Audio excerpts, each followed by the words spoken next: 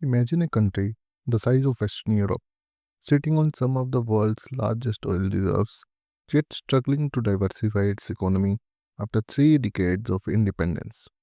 A nation where the capital city was literally built from scratch in the middle of the steppe, but where economic growth remains hostage to global commodity prices. Welcome. Today we are exploring Kazakhstan, Central Asia's economic giant, and a fascinating case study in the resource curse. Here is the paradox. Kazakhstan has everything you'd think you need for prosperity: vast natural resources, strategic location between Europe and Asia, and relatively strong institution for the region. Yet over 60% of its exports are still oil and gas, inequality is rising, and the country faces a critical question. Can it transform from a resource dependent economy into a diversified, modern state before the oil runs out? Let's unpack the economics of world's ninth largest country that most people know nothing about. Kazakhstan gained independence from the Soviet Union in 1991. Actually, it was the last Soviet republic to declare independence. Like other post-Soviet states, it inherited crumbling infrastructure, economic chaos, and the challenge of building a market economy from scratch. But Kazakhstan had an advantage: resources, lot of them. Oil, natural gas, uranium, copper, zinc, you name it. The country capitalized on this particularly during the 2000s commodity boom. Today, Kazakhstan's GDP is approximately 288 billion US dollars as of 2024, making it the largest economy in Central Asia by far. Its GDP per capita is around 15,000 US dollars. Not wealthy by Western standards, but significantly higher than neighbors like Uzbekistan or Kyrgyzstan. The country has attracted over 150 billion US dollars in foreign direct investment since independence, massive for a landlocked nation far from major markets. But here's why Kazakhstan matters globally. It's a critical case study in what economists call the resource curse or paradox of plenty. When countries rich in natural resources paradoxically struggle with slower economic growth, corruption, and inequality compared to resource poor nations. Kazakhstan is trying to break its curse through its Kazakhstan 2050 strategy, aiming to become one of the world's 30 most developed nations. Can they pull it off? That depends on solving four major economic challenges we will explore today: resource dependency, diversification struggles, institution quality, and geopolitical positioning. Let's start with the elephant in the room: oil and gas dependency. Kazakhstan is the world's 12th largest oil producer, pumping around 1.9 million barrels per day. Oil and gas accounted for roughly 60% of Kazakhstan's total exports and about 20% of GDP. This creates a textbook example of what economists call Dutch disease, when a booming natural resource sector actually harms other parts of the economy. Here's how it works. When oil prices are high, money floods into Kazakhstan. The currency strengthens, making other exports, agriculture, manufacturing more expensive and less competitive internationally. Meanwhile, capital and labor flow towards the resource sector because that's where the money is, starving other industries of investment and talent. The result: when oil prices crashed in 2014-15, dropping from over $100 per barrel to around $30, Kazakhstan's economy went into shock. GDP growth, which had averaged 7 to 8% annually in the 2000s, plummeted to just 1% in 2016. The tenge lost nearly half its value. This is fundamental vulnerability. Kazakhstan's economic fortune rise and fall with global commodity markets over which it had zero control. When prices are up, government revenue surge, allow big infrastructure project and social spending. When they crash, the government faces deficit and ordinary people feel the pain through inflation and job losses. Kazakhstan has tried to manage this through the National Fund, essentially a sovereign wealth fund similar to Norway's, where excess oil revenues are saved for future generations. As of 2023, it holds around 60 billion US dollars. That's smart policy, but it doesn't solve the underlying structural problem. The economy remains fundamentally dependent on extracting and exporting what's under the ground. So, if everyone knows resource dependency is a problem, why hasn't Kazakhstan diversified? The answer reveals a lot about the economics of structural transformation. It's actually really hard to build comparative non resource industries when you are sitting on valuable commodities. Kazakhstan has tried.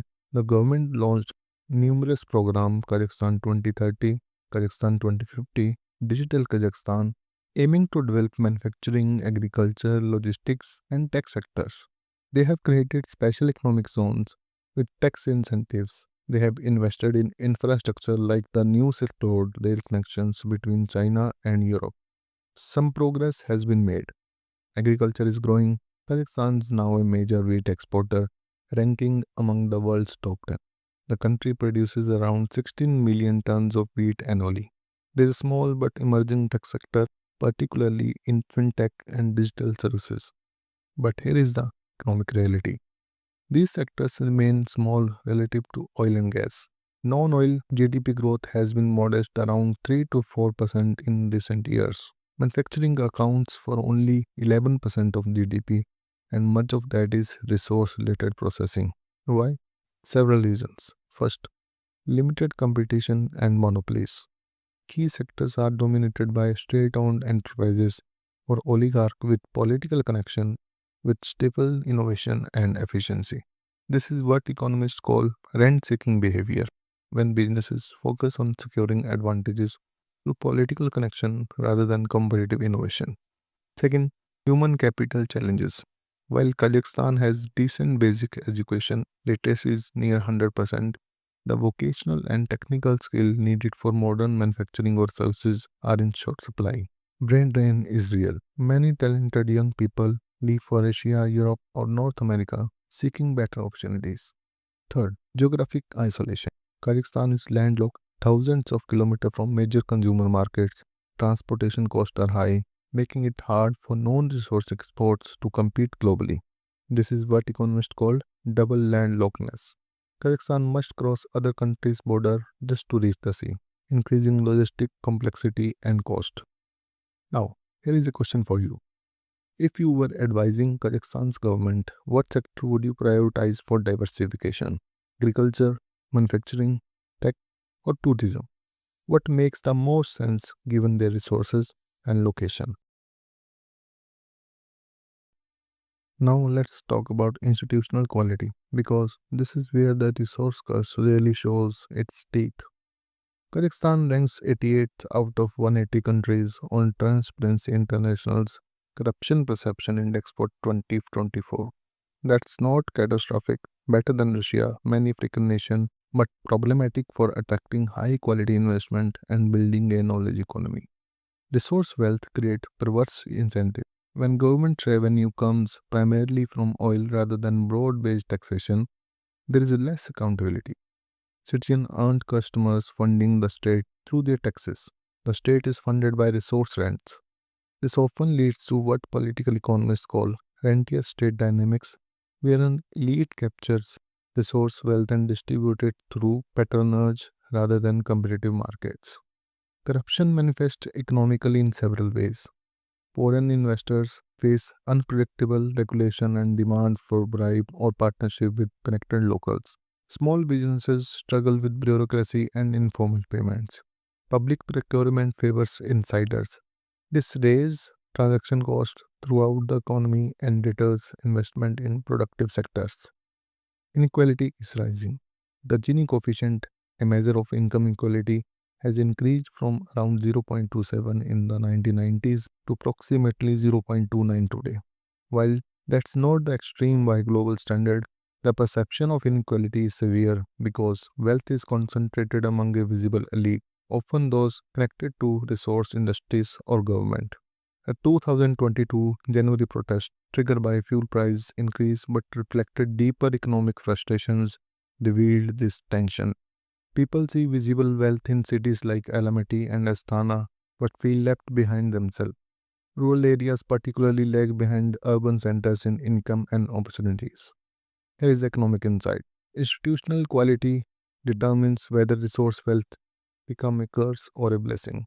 Norway has oil and thrive because it has strong institution, transparency, and accountability. Kazakhstan has oil but struggle because institutions remain weak. Resources don't determine destiny, institutions do. Finally, we can't understand Kazakhstan's economy without understanding its geopolitical position because geography is economic destiny, especially for landlocked nations. Kazakhstan sits at the crossroad of major powers Russia to the north, China to the east, Central Asia to the south, and the Caspian Sea and Caucasus to the west. This creates both opportunity and constraints. On the opportunity side, Kazakhstan has successfully persuaded multi-vector diplomacy, maintaining relationship with Russia, China, the West, and regional players. This allows it to attract investment from all sides. Chinese investment through the Belt and Road Initiative has funded major infrastructure, port on the Caspian, railways, pipelines. The country hosts both Russian and Chinese enterprises alongside Western oil companies. Trade data shows this balance. Kazakhstan's top export destinations include China, Italy, Russia, and the Netherlands. It's not over dependent on any single partner. A smart hedging strategy. But constraints are real. About 7,000 kilometers of Kazakhstan's border are with Russia. Russian remain widely spoken. Economic ties, remittance, trade, migrant labor remain strong.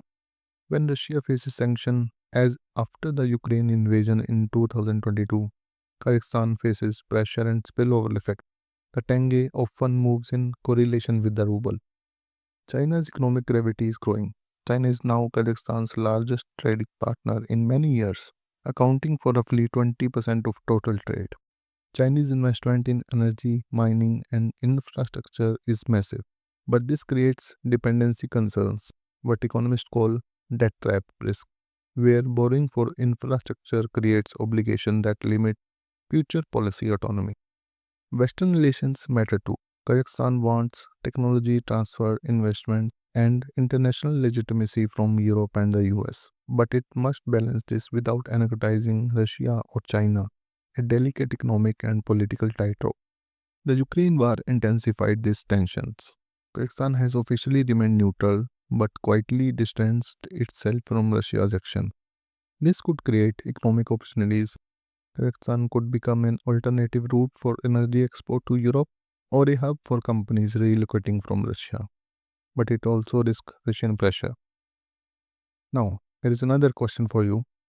Do you think Kazakhstan should align more closely with China, Russia, or the West for its economic future?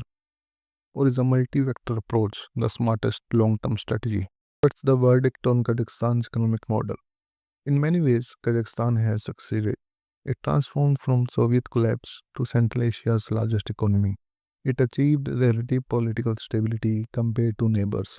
It built new cities, attracted investment, and raised living standards significantly. But the fundamental challenge remains unresolved. How do you break the resource curse? Kazakhstan has a strategies on paper, diversification, institutional reform, investing in education and infrastructure, but implementation lags behind ambition. The next 10 to 20 years are critical. Global energy transition means oil demand may peak and decline. Kazakhstan need to build alternative economic engines before that happens. It has time, but not unlimited time. Here is a broader lesson. Kazakhstan shows that natural resources alone don't guarantee prosperity. They provide a foundation and opportunity, but without strong institution, diversification, and human capital development, that opportunity can be squandered. The resource curse isn't inevitable, but escaping it requires consistent, disciplined policy over decades. Can Kazakhstan pull it off? The country has advantages: a relatively educated population, strategic location, and leadership that at least rhetorically prioritize reforms. But it also faces immense challenges: entrenched interest benefiting from the status quo, geographic isolation, and geopolitical pressures from more powerful neighbors. The world should watch Kazakhstan closely. Its success or failure in escaping the resource curse will offer lessons for resource rich developing countries everywhere, from Angola to Venezuela to Mongolia. Kazakhstan is still writing its economic story, and the ending isn't determined yet. If this deep dive into Kazakhstan's economy gave you new insight, hit that subscribe button and turn on notifications. We break down complex economies every week, going beyond headlines to understand the real forces shaping our world. Next, we might explore other post Soviet economies, maybe Uzbekistan's surprising reforms or Azerbaijan's similar resource dependency challenges. Vote in the community poll for what you want to see. And seriously, answer those questions in the comments. Kazakhstan's diversification priorities and geopolitical strategy. I want to hear what you think. The best discussions happen in the comment section. Thanks for watching. Stay curious, keep questioning, and I'll see you in the next one.